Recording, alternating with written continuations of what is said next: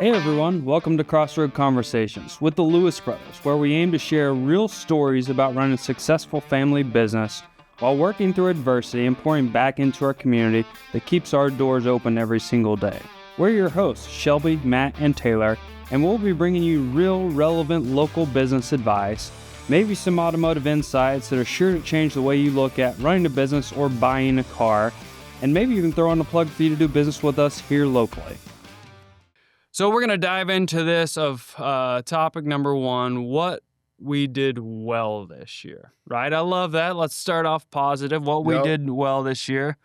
What's something, when I say that, that's top of mind, Taylor, that's something that the team did well this year? I think we really understood of the value we brought to the community and to our employees, but that enabled, I think, our leadership to be able to necessarily not hold on to a lot of employees that weren't fit in our culture. Right. It was okay to let some of the other ones go, run a little bit lean, and realize, hey, we need to build it back up, but let's build it with the right people. Because I think there was a huge influx whenever we moved over here. Hey, hire everyone we can. It doesn't matter. Get them here. We need help. And we saw a little bit of the culture try to be adjusted there. Luckily, we're rooted in it, so it didn't get that way. But we needed to lean out the wrong people, and they weren't bad people. They weren't good fits for what our current business wasn't in our culture. I think that's a good thing there. It was a right size of our current talent pool, so of our workforce that we had. And we say that like it's a mass layoff. It was not at all, right? And a lot of them, I'm going to be honest, a lot of them weren't that they left the company. They just moved in the company to where they could fit better. So then they had a better attitude and they enjoyed what they were doing. So then they kind of molded into what was going on. And we saw that from people moving from Collision to Springdale and Springdale to Collision and from Fayetteville to Collision and from Farmington to Uptown Chrysler and from product and delivery to parts warehouse and from technician to parts and from parts to product and delivery and sales. We just constantly, it's like putting a puzzle together, right? You get a piece, you take a look at it, where does it fit? And you might get a puzzle piece that fits really close, but then you get further down the line and now you're missing that piece, but you'd use in a different spot there. So I think that's a really good point there, that something we worked well of continued to build on that strong culture. I'm going to say something executed really well, and you say of the community and giving back, was our media team, right? Man. Our media team who's helped putting this podcast on. You've seen our social presence grow there. And it's not like we've said, okay, now let's start doing all this stuff. We said, hey, let's start recording and telling all the people and sharing the fun that we have and the things that we get to be a part of and things we get to give back on. So that was a big thing there of growing and building our media team to be able to get all these messages outside of our walls to everyone's living room and to their phone so they can see what's going on, how we have fun, and the parts there. Yes, absolutely. Well, let's go to the next one there. Talking about, we kind of rolled into this a little bit, but what about a decision that was kind of we were on the edge of and that we maybe moved forward with last year? What would you say what were you most proud of? So we really deep dived into micro meetings, and we talked about it, and we talked about it in podcasts of working in the business versus working on the business. We realized we had the correct talent, the proper game plan, but then we started these seasonal or weekly or every other 2 weeks or monthly micro meetings where we removed distractions and we're able to hyper focus on what was important. Whether it was expense control or proper person in proper place or training or each individual account. How do we work on this and this person? And so we worked on people of their productivity, their efficiency, and we peeled a lot of layers back. And we discovered a whole lot, like, wait, you do what? How do you do that? Why do you do that? You expense that where?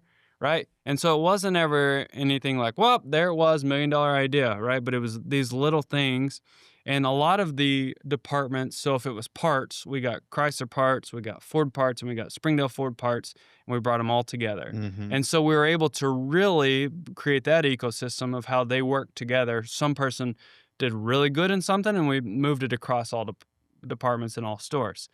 And then something that was like, I'm struggling this. Someone else was like, oh, here's how you fix that, Mm-hmm. right? And so those micro meetings was something that we're super proud of, that worked really well, and will just springboard in 2026 of more things to discover, more things to unpack and to figure out there. You know what I loved about the micro meetings? It then allowed you, because whether Matt and Shelby were leading it, then relayed it to me or vice versa, that we were all included in it. It allowed that manager then to have a sense of ownership of it, because what those micro meetings do, let's go into the sales side, it allows you to easily look at different of daily activities, of finance conversion applications, of unsold visits, that you're able to look at these quick indicators, your KPIs, and be able to say, oh, I need help in that area, which you would never know if you didn't take that time to really break it down. And really breaking it down isn't with everyone. We said that it's with a select individual group, Yeah. because you have the right heads together, thinking the right things, get it all figured out. So then whenever you go to the big group, to the rest of your employees, hey, I can really help steer the ship by touching these pieces. Yeah, and you know what I love about that so much? You say micro, I said micro, you said it's select individual. It's small. Well, and the next question is where did you grow the most as leaders? I'm gonna say one of those things as in those micro meetings, Yeah. I don't say very much in those meetings. Mm-mm.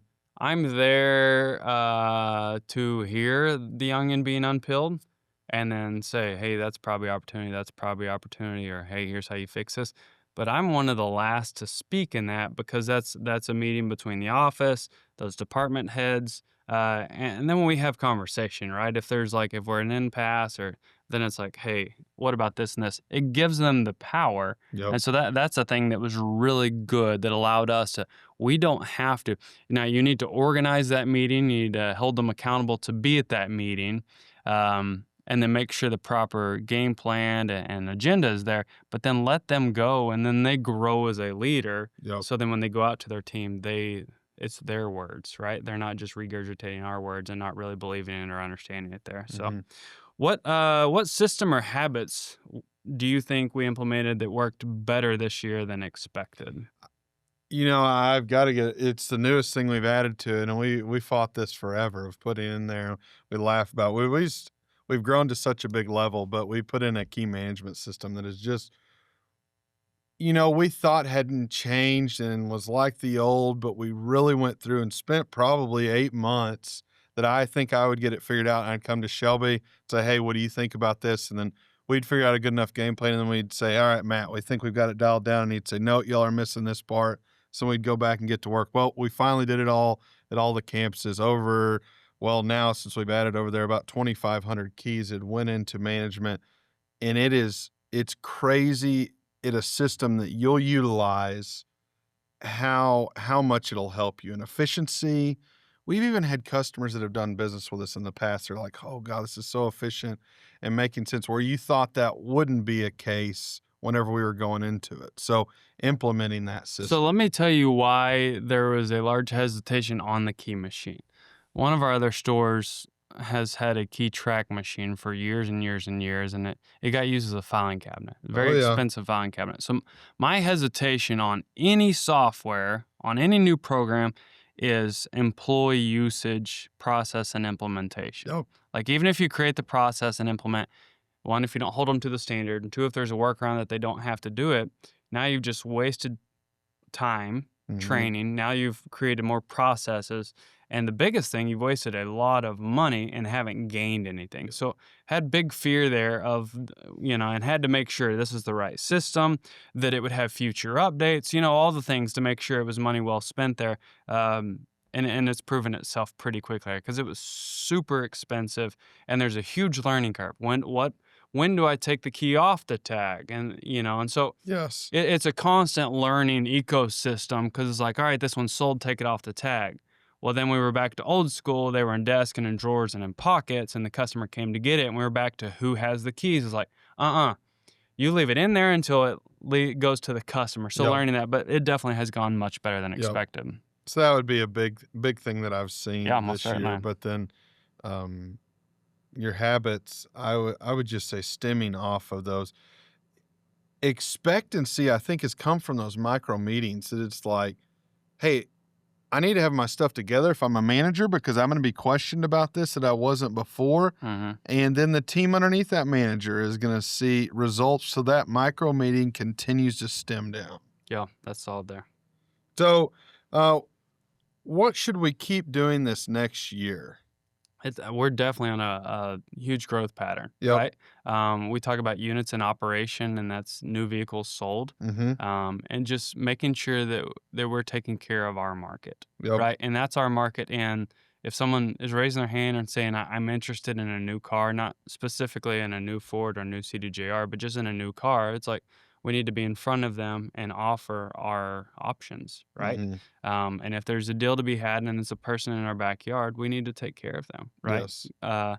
And then also in service, like a lot of people don't understand this, and you don't know until you really have experimented them all that our oil changes are generally right at the same price, if not super less than what the Jiffy Lube, and then those are great services, Yeah. right? But we have highly master certified technicians. It comes with a complimentary car wash, and it comes with a lot of things, and it's generally pretty dang quick.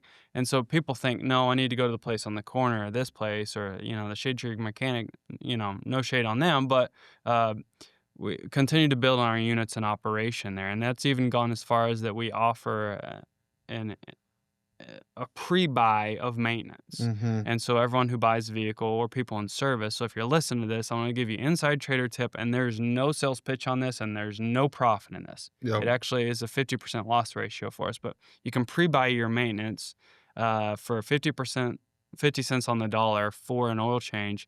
And so then when you show up, it's already paid for. Yep. And that's just a retention tool to keep you coming back. So then it's the same place, same person that worked on my car. I can count on these people. They have the history. They know, if there's more than something wrong, then they can diagnose that. So we'll continue to keep doing that next year as continue building units in operation through sales, through service, through parts, and that'll continue to help grow to cover our huge growth plan here was to be able to build this, and then we can continue to take care of those people. Yeah, and you know what I love about let's park on the service side there because I talk to people all the time about that. They're like, "Oh, go to the Jiffy Lube, the any of the Take Fives, anything on the corner, Walmart, whatever it would be." What I love about us, and whenever I talk through, because whether it's in sales, service, or we're helping sponsor an event, whatever it would be, mistakes will happen. And that's how in business, if you ever go in and say, I'll never make mistakes, you're setting yourself up for failure because we've had several people, even in the Quick Lube Bay, that if you're at a Jiffy Lube or somewhere else and you leave and something's wrong, they're not gonna help you.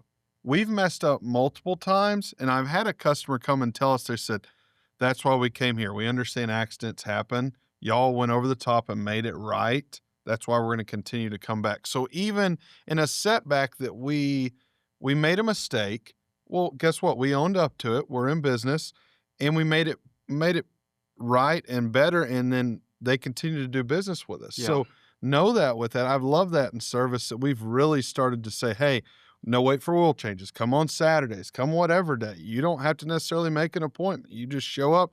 And with the stores being right beside each other, we've got 8 quick bays open. And my favorite thing to do is go into service whenever one store's busier than the other. And I'm like, hey, go right over next door to the other and we'll get you taken care of. Yeah. So that means, generally 16 cars an hour should be going through there. Yes. Generally 30 minutes per car there. So that's super good and something we work on. Understanding we're constantly working on reinforcing what works, right? Yep. We want to look for the cutting edge next best thing, but also we're looking at what are we currently doing, what's working, and how do we double down on that, and spread that. If you've got one person who's doing really good at this in sales and in service, let's dissect without distracting them what's working, what's their process, and then let's spread that across the whole team So we're not just on individual pods. We're all working together to grow there. And recognizing those wins without just getting complacent of like, yeah, it was a good year. Yeah, it was a good year. Like, no, what was that? How did it happen? And let's do that again. Yes. Right. All right. So fun fact quiz, quick stat. Most companies never formally review Most companies never formally review the year. Yeah. They just react to it. Mm-hmm. So think about that. Like they're not breaking down how and why. They're just like, hey, 25 was X. And then they're like, okay, let's do better. Or let's not do that. They never formally break down or review the year. And that's in those micro meetings. We look at that. And that's something we've already started in sales and we've looked at in finance. Okay, let's fully break that down. What was our areas we did grow in? What was our growth areas? But most people just react to that. Mm-hmm. So that's something totally to look at there. Yeah, absolutely. They need to be able to dive into it, not just let it happen and be able to really dissect it. So that's good there.